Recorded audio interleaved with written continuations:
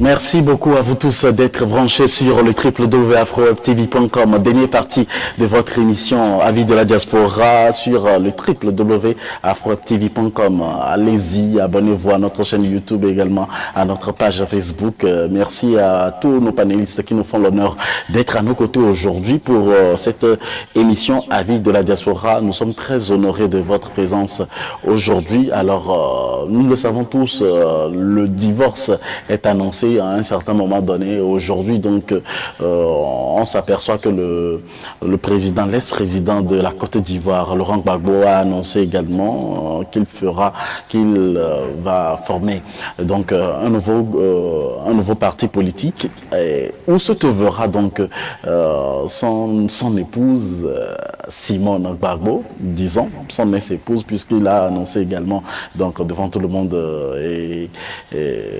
son divorce. Et à la suite de cela, nous avons eu également la sortie donc de Simone Gbagbo il y a de cela quelques jours, et il y a un communiqué que nous allons partager avec vous. Comme tous les citoyens de notre pays, et du 7 septembre 2021 dernier, elle a lu sur les réseaux sociaux une décision du président Laurent Gbagbo et signée par le docteur Assoua Adou relative à la nomination des membres des deux commissions et d'un groupe de réflexion élargi dans le cadre des préparatifs du congrès constitutif. Elle observe également que depuis le lancement de l'idée de la création d'une nouvelle organisation politique au Palais de la Culture le 9 août dernier, les anciens camarades du parti utilisent des méthodes d'approche pour le moins surprenantes et également, aucune convocation de réunion, aucune consultation, aucune dénomination que l'on découvre sur l'Internet ou dans la presse écrite. Elle se dit, je cite, « Je suis surprise que mon nom circule comme membre d'un groupe de réflexion élargi que je n'ai même été préalablement consulté. Je reste dubitative devant ces pratiques et manquements et je suis peu incliné à m'associer également à ce type d'initiative car je mérite un minimum de respect et de considération. » Monsieur Philippe Amidodji, votre réaction? D'abord, j'ai été l'un des Africains à être refroidi, je dirais même déçu de la façon dont l'ancien ou l'ex-prisonnier Gbagbo est panafricain, la façon dont il est en train de gérer son retour. Il n'a échappé à personne au lendemain de son retour, donc la semaine qui a suivi son retour. Au lieu de nous servir sa vision pour ce pays-là, c'est plutôt la lettre de son avocat pour annoncer le divorce entre Laurent Gbagbo, client, et Simone et Yves. Donc, c'est pas encourageant. Maintenant, au-delà de cet aspect-là, parce que moi, j'estime que je suis pour la séparation de la vie privée et de la vie publique. Beaucoup le disent et ceux qui le disent sont, enfin, je crois que de sources dignes de foi, il doit avoir un grave problème de couple entre Simone et Gbagbo. Lorsqu'il y a un problème de couple qui reste insoluble, la séparation pourrait être une solution. Maintenant, il faut éviter que cette séparation-là ne vienne parasiter la vie d'un pays. Parce que là, on parle du destin d'un pays. Si Gbagbo a envie de poursuivre sa carrière politique sans Simone, qui était à ses côtés, et tout le monde a en mémoire cette image-là, Laurent Gbagbo et Simone, sous les balles, sous les bombardements de la France, bon, on aurait voulu que Simone reste aux côtés de Laurent Gbagbo. Si aujourd'hui, ce n'est plus possible, que Laurent Gbagbo poursuive tout seul cette carrière-là. Pour moi, ça ne me pose pas de problème. Mais c'est la façon dont les choses se passent. Moi, je crois que euh, Simone, je pense que Simone n'avait pas à faire des commentaires. Cette sortie-là était maladroite. Déjà, Laurent euh, a été un tout petit peu maladroit dans la façon dont le divorce, il s'agit aussi de divorce, dans la façon dont le divorce a été négocié avec son ancien parti, le FPI, hein, dont la transition a été assurée par Afin Guessan. Donc, tu sors de l'exil ou de la prison, tu commences à mettre le pied un peu dans le plat, tu fais beaucoup de casse. Moi, je suis sincèrement, sans langue de bois, je ne suis pas très très rassuré de la suite de la carrière politique de Laurent Gbagbo. Merci. C'est mon opinion personnelle. Opinion personnelle, vous, Monsieur Wadja, votre opinion sur la question et quelle est votre appréciation de cette sortie donc de Madame Simone Gbagbo, première dame de la Côte d'Ivoire? Merci. D'abord, lorsque Laurent Gbagbo est rentré, qu'il avait annoncé, ou du moins ses avocats avaient annoncé le divorce, je veux parler du divorce entre lui et son épouse. Je pense qu'on avait eu la chance de parler de ça sur ce plateau ici, où je disais que quand même, pour un minimum de respect, pour une question de divorce, sachant les liens qui ont eu entre les deux, et qui ont existé entre les deux, je pense que pour un minimum de respect, cela n'avait pas besoin d'être médiatisé ou qu'on considère cela comme une humiliation aujourd'hui à l'encontre de Simone Gbagbo. Et sa réaction, la réaction de Simone Gbagbo aujourd'hui, dans ce communiqué que tu venais de nous lire, ce n'est que la conséquence des actes maladroits de Laurent Gbagbo depuis son retour. Puisque quelqu'un qui est parti à la CPI et que nous avons soutenu en tant qu'Africains et que nous pensions quand même qu'après sa libération, puisqu'il a été question d'une réconciliation en Côte d'Ivoire, il est venu, il devrait tout d'abord se réconcilier avec ses proches d'abord avant de penser à une quelconque réconciliation dans tout le pays. Et si nous avons remarqué cette scission dans son entourage, ça nous décourage. Je ne dis pas pourtant que je ne supporte pas Gbagbo, c'est quelqu'un que j'ai beaucoup supporté et je continue de le supporter, mais quand on fait des erreurs, il faut les assumer, il faut les reconnaître, il faut savoir qu'on a mal fait. Et c'est une mauvaise gestion des situations dans son entourage qui fait qu'aujourd'hui, beaucoup de gens n'auront pas confiance en lui quant à l'avenir politique qu'il va mener en Côte d'Ivoire, puisque d'abord, c'est le FPI qui sera prochainement détaché en 3 grands mouvements, disons, puisque Gbagbo d'une part, sa femme, et puis Afin Guessan de l'autre côté. Il reste à voir qui va s'unir avec l'autre, mais ceci a affaibli totalement le FPI et je pense que Gbagbo lui-même, à un moment donné, il va regretter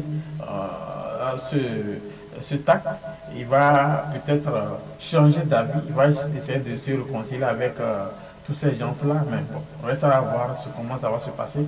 Et nous voyons déjà que Simone Gbagbo aussi qui prépare un mouvement politique pour elle dans son compte aussi.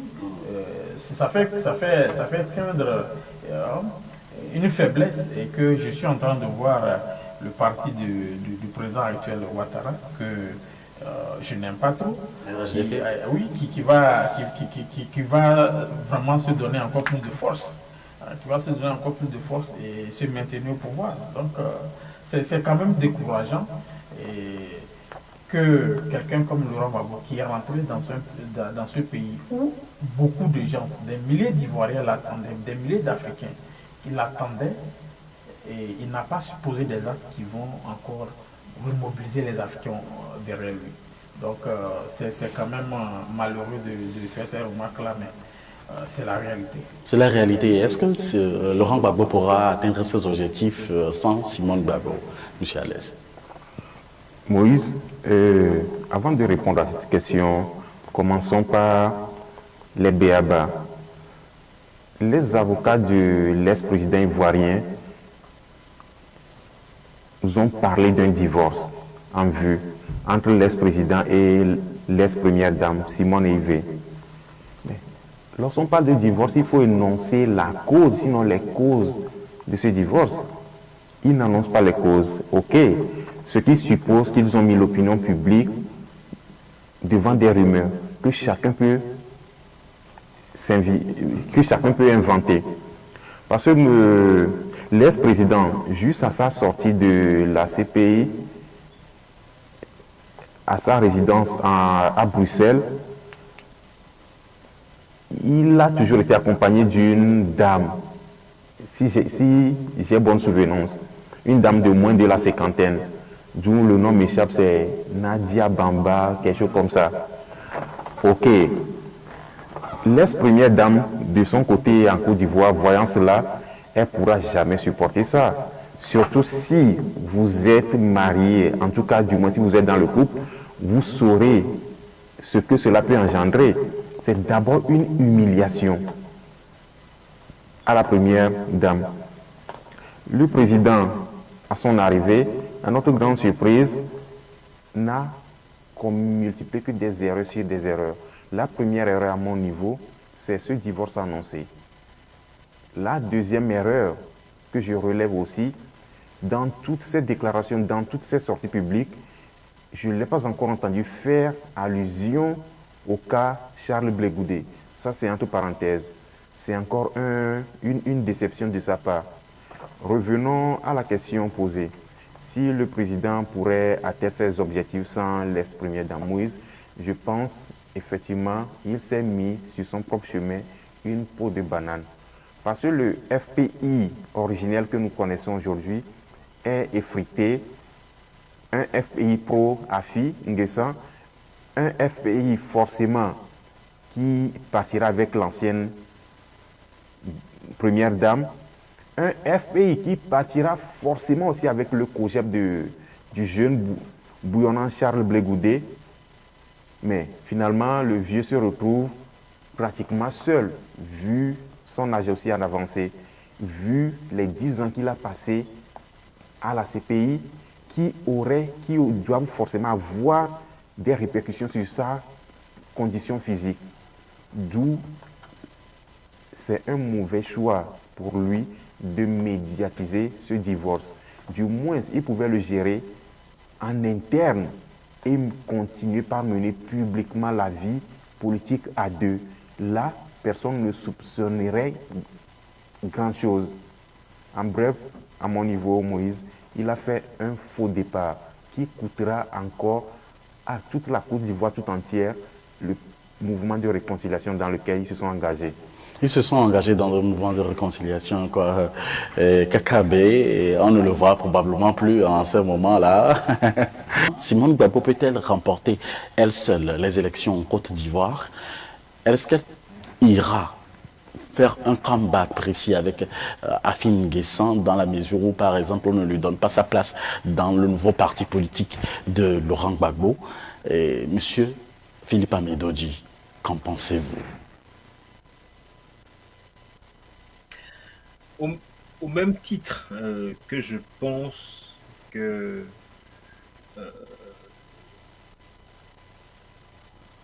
la nouvelle génération, une nouvelle génération doit prendre la relève des affaires africaines, je pense que ni Gbagbo, ni Laurent, ni Simone ne devraient plus essayer de briguer des mandats en Côte d'Ivoire. Vous savez, la gestion d'un pays n'est pas, c'est pas une affaire de gériatrie.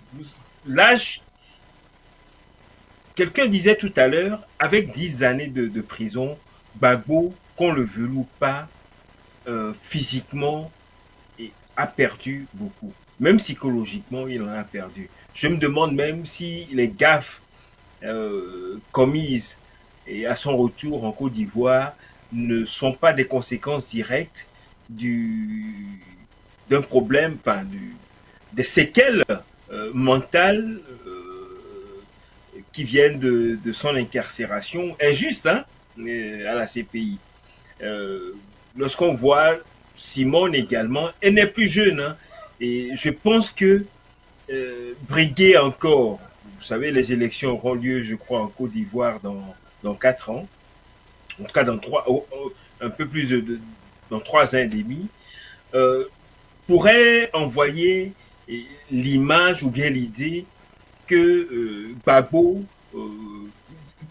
de quelqu'un qui est égoïste, qu'en Côte d'Ivoire, il n'existerait plus personne qui soit suffisamment intelligent, qui soit suffisamment structuré pour diriger ce pays. Je crois que l'ancienne génération a fait son temps.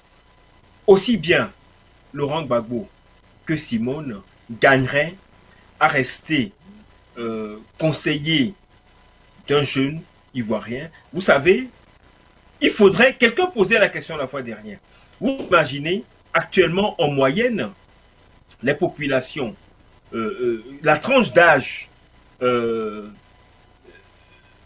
en fait, oui, les Africains âgés de moins de 30 ans représentent plus de 60% des populations africaines.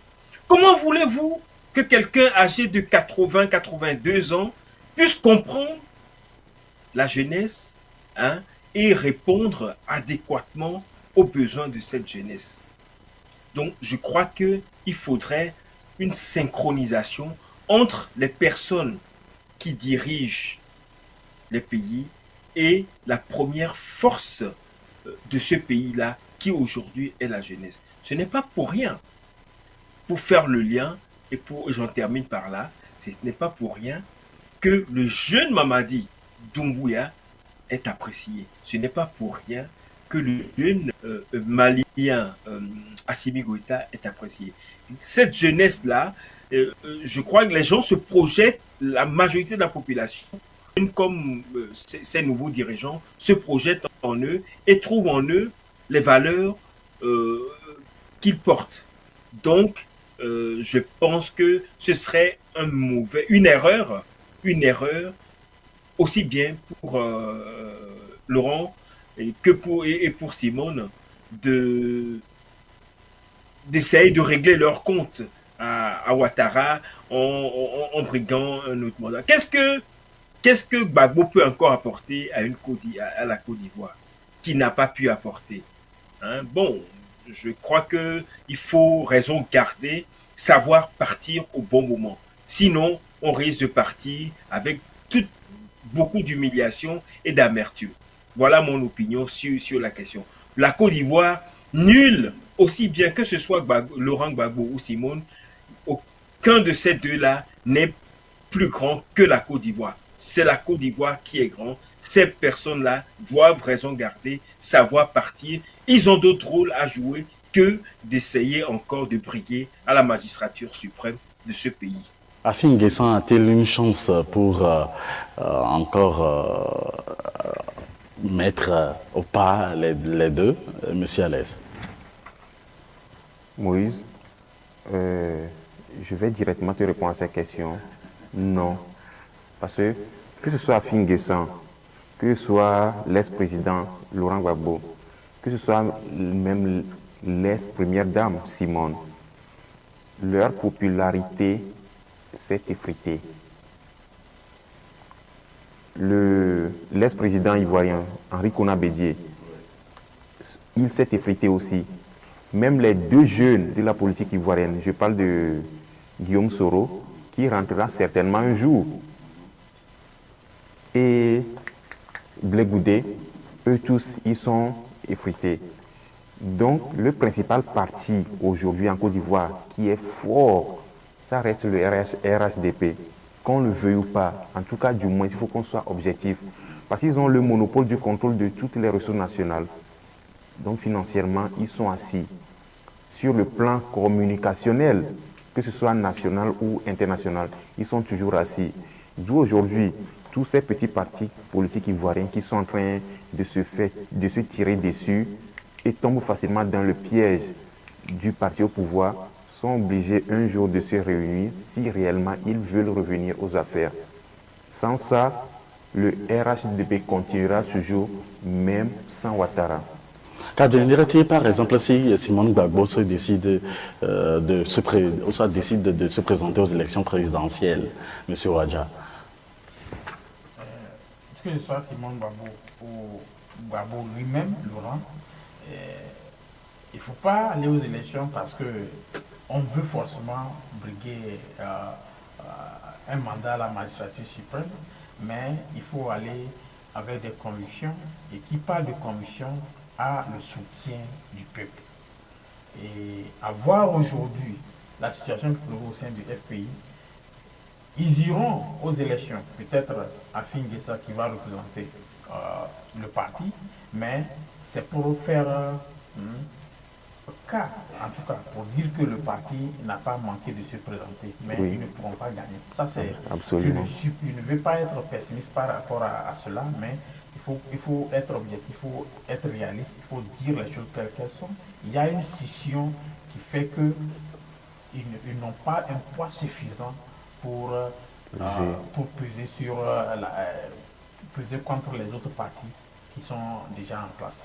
Donc, si Simone Gbagbo décide d'aller aux élections, ce serait une visibilité pour elle de se présenter, mais je ne crois pas qu'elle est soutenue aujourd'hui par beaucoup de personnes, surtout d'un mouvement de femmes. Elle est soutenue, être soutenue par une minorité. Il ne faut pas dire beaucoup de femmes. Beaucoup de femmes ne feront pas de sorte qu'elles soient élues. Mais les femmes ont un pourcentage très élevé en ce moment. Mais il faut comparer ça. Quand on parle de ce poids-là, il faut le comparer au poids des autres partis qui sont déjà là, comme le RHDP de Ouattara. Vous comprenez que c'est quelque chose qu'on ne peut pas comparer aujourd'hui. Le problème est là. Il faut d'abord trouver des accords au sein du FPI. Moi, je crois encore en cela. Je crois encore en cela parce que je crois que Gbagbo, c'est un homme très mature qui est vraiment responsable.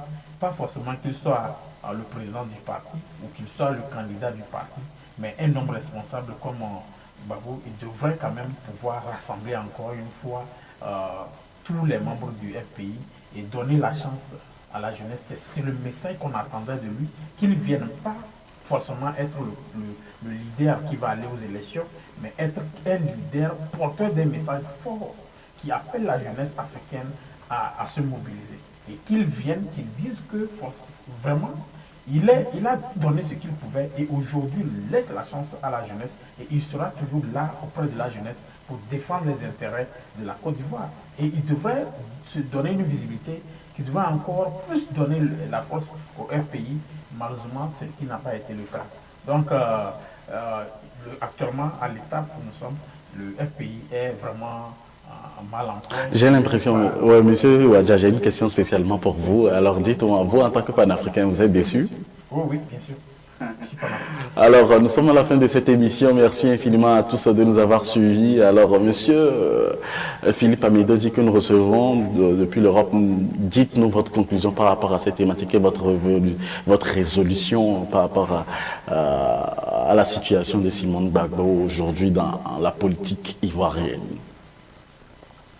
Moi, je fais le pont par rapport au premier sujet, qui est le coup d'État et la mise en place d'une transition en Guinée. La trame de fond, c'est que finalement, il faut savoir décider de partir. Même lorsqu'on concentre, comme en Afrique, où beaucoup de dirigeants, même lorsqu'on concentre tous les pouvoirs entre ses mains, il faut savoir partir au bon moment. Sinon, on est la proie d'une humiliation qui fait que même les exploits passés seront oubliés par les populations. Un grand homme sait ou reconnaît le bon moment pour partir et passer la main.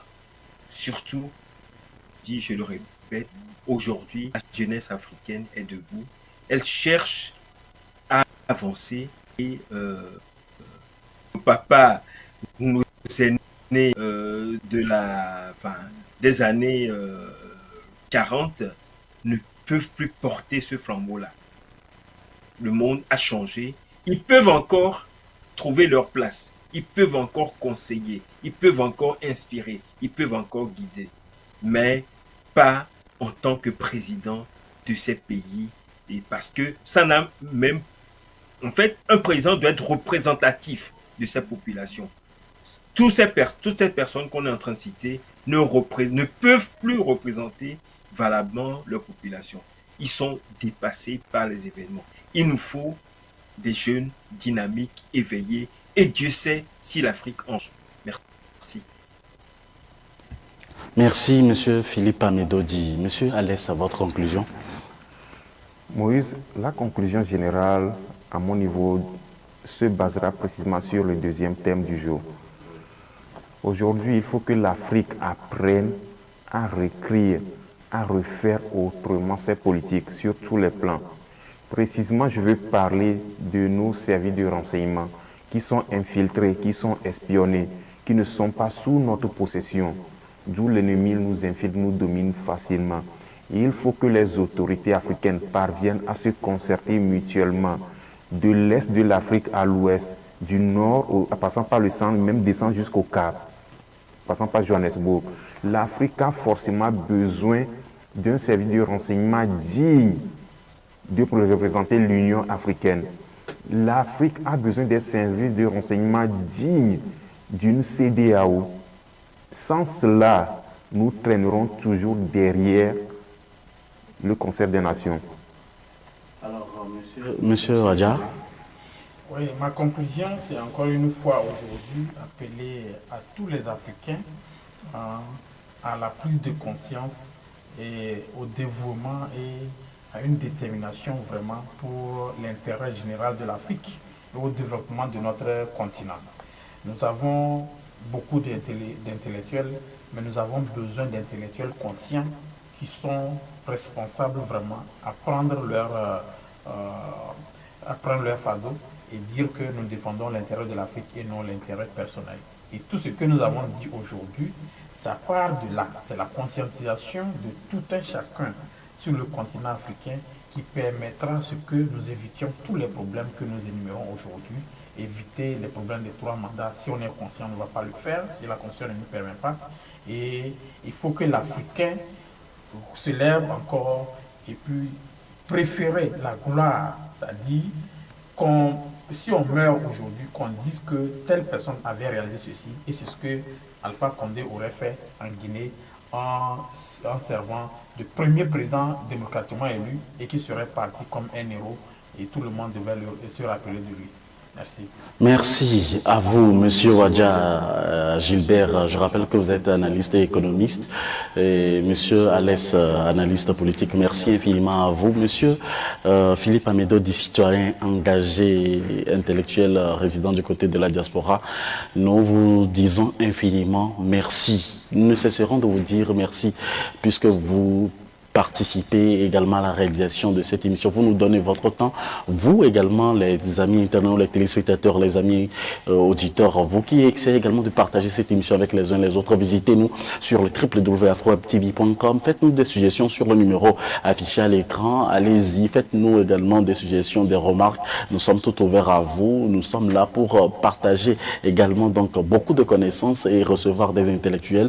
C'est la plateforme tournante du côté de la diaspora pour toutes les nationalités, pour tout le monde.